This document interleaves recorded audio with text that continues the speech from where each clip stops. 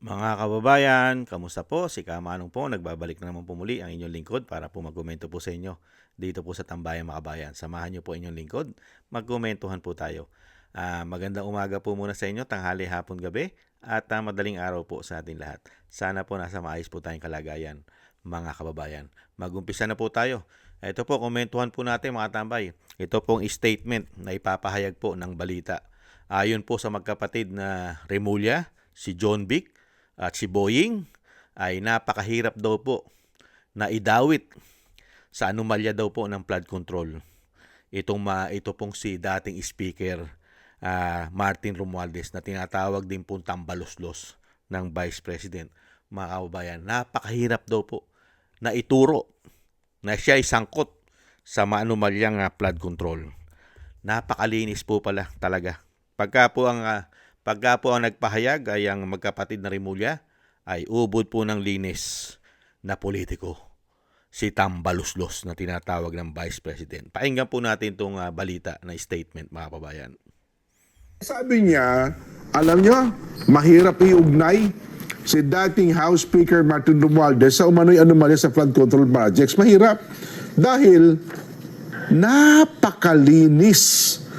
napakalinis po ng paraan. Sige, totoo sinabi niya yan? Ay ano, oh, quote-unquote pa oh, Ha? napakalinis ng paraan ng operasyon ito. Ano ba yan? Para bang...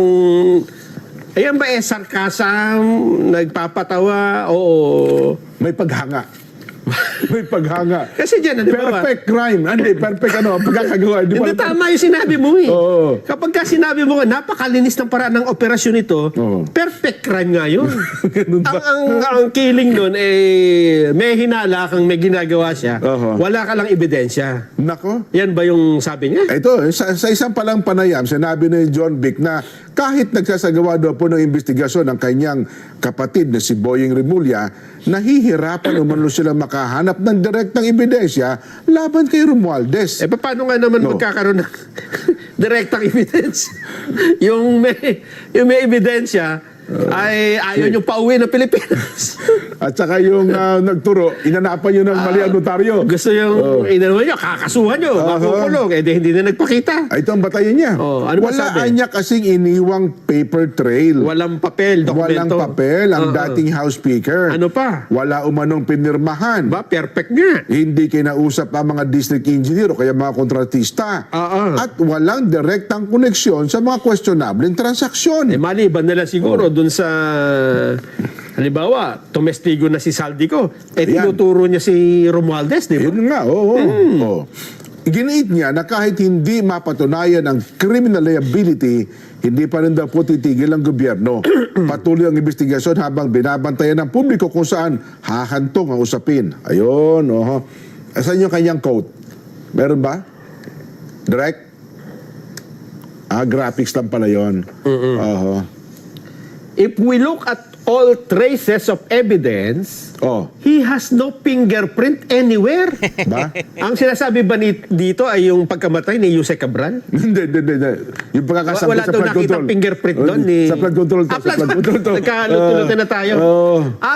But if we cannot get him criminally, we will get his ill-gotten assets. Ayun. Ay, hindi naman tama yan, Secretary. Kung walang ebidensya ng ginawang krimen, eh ba't mo makukunin yung mga... Ba't mo sasabing ill-gotten yung mga asset? Sabi, parang gusto, meron natin sila mga poor picture cases na ano eh. Baka parang pagbabawi doon sa mga rear-rear. Bakit mo babawiin kung wala kang ebidensya, di ba? Oho. Yan po mga tambay, ubod po ng linis ayon po sa magkapatid na si John Vic, mga tambay.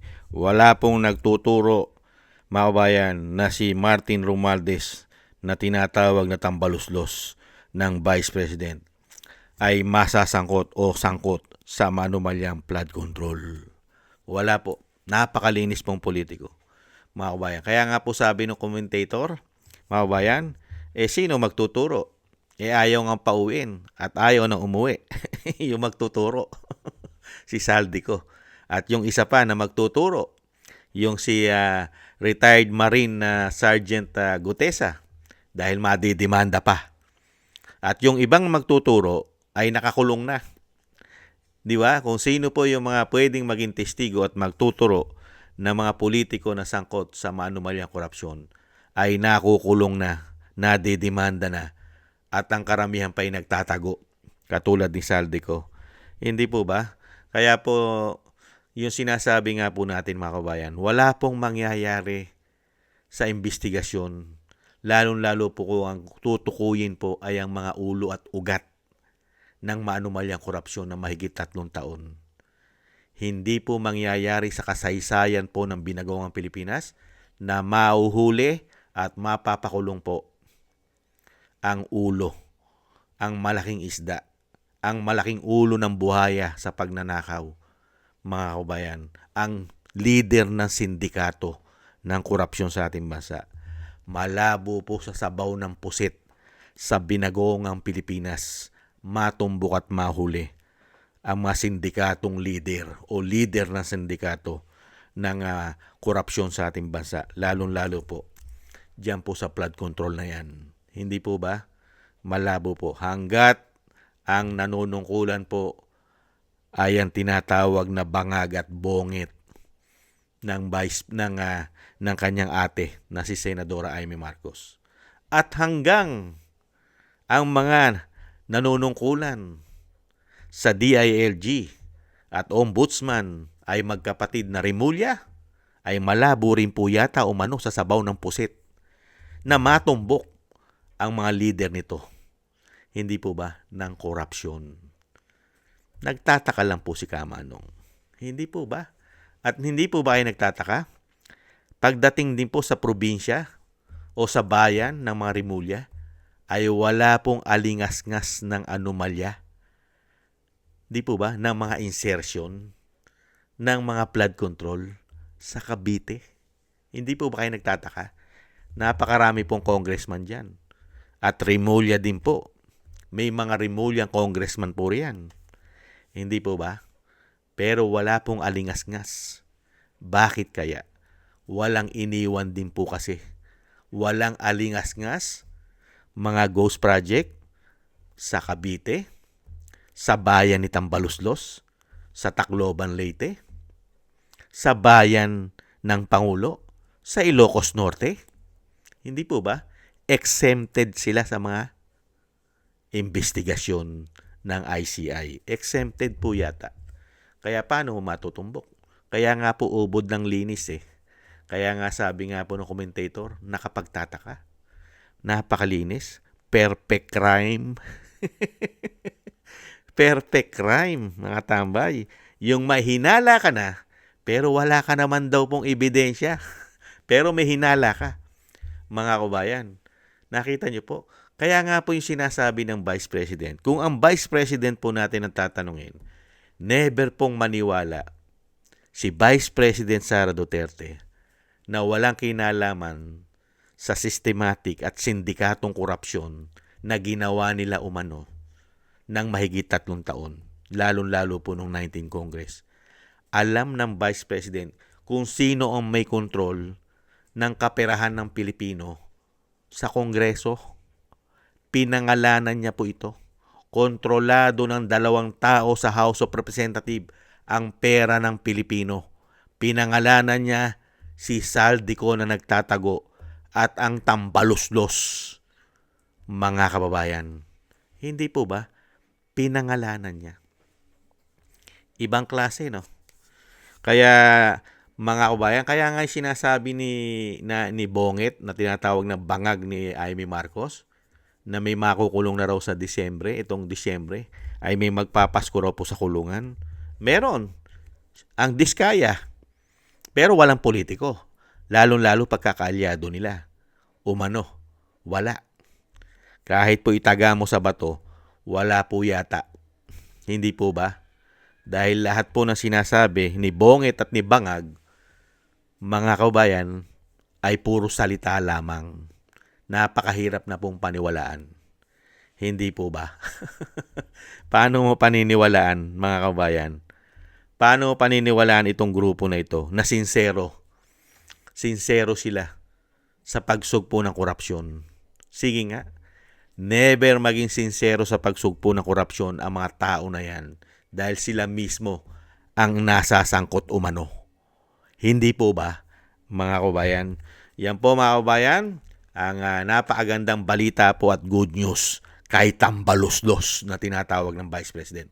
Kasi pagdating po sa Ombudsman at sa DILG ay malinis na malinis po si tambaluslos at napakahirap pong isangkot sa anomalya ng flood control. Napakahirap daw po. Kaya po, napakaswerte po ni tambaluslos sa magkapatid na Remulla. Para po silang sinabon. Para po sinabon si Martin at ikinula pa at ginamitan pa ng bleach. Kaya po napakalinis. Napakalinis po. Perfect crime ayon po sa commentator. Yan po mga kababayan, ang napakagaling po ng magkapatid. Ubod po ng galing ng DILG at ng Ombudsman na meron po tayo sa ating bansa. Napakagaling po mga tambay. At talagang napakahusay po tumumbok. At talagang hahanapin po nila ang ulo at ugat ng maanumalyang korupsyon. Lalong-lalo po ng 19th Congress. Tumbok na po nila, mga kabayan.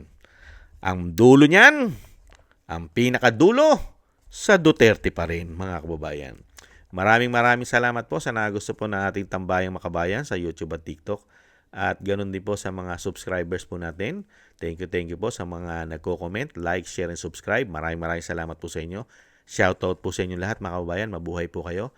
At thank you rin po sa mga nagbibigay po ng biyaya at tulong. Shoutout po kay Balance Vision TV, kay Tatay Nick ng Canada, Nancy Lumampao, Gay at Siena, Norma Garcia, Michelle Yamaguchi, Rosalina, Wills Bubbles, si Arfel Villacorta, Choderico Erguisa Jr., si Annie Jo, ako si Pilam, Jobelin Watanabe ng Japan, si Jem Aris na United Arab Emirates, Julieta Silona na Sydney, Australia, si Gina Ray Solid DDS ng Berlin, Germany, Jake Yahut ng Maisog, California, USA, Kingston ng Hong Kong, Beichi Chiyoko, at si Sir Eric Hershaw ng Canada. Maraming salamat po sa inyo. Shoutout po sa inyo lahat at mabuhay po kayo at ingat-ingat po kayo sa inyo pong mga paggawa. At syempre po yung dasal at panalangin po natin mga kabayan na ipanalangin po natin ang ating pong buong sambayanan at ang ating pong mga sarili syempre po at ang pamilya Duterte na tayo pong lahat ay maingatan sa kapahamakan. Ang Vice President at ang dating Pangulo ay madugtungan pa rin po ang buhay at kalakasan ng dating Pangulo, mga kababayan. At makalabas na po siya sa lalong mabilis. Maraming salamat po sa mga dasal po ninyo. At syempre mga tambay, happy holidays po. Maraming merry na Christmas po o maligayang Pasko po sa ating lahat. God bless po mga kababayan. At tiis lang po tayo mga kababayan.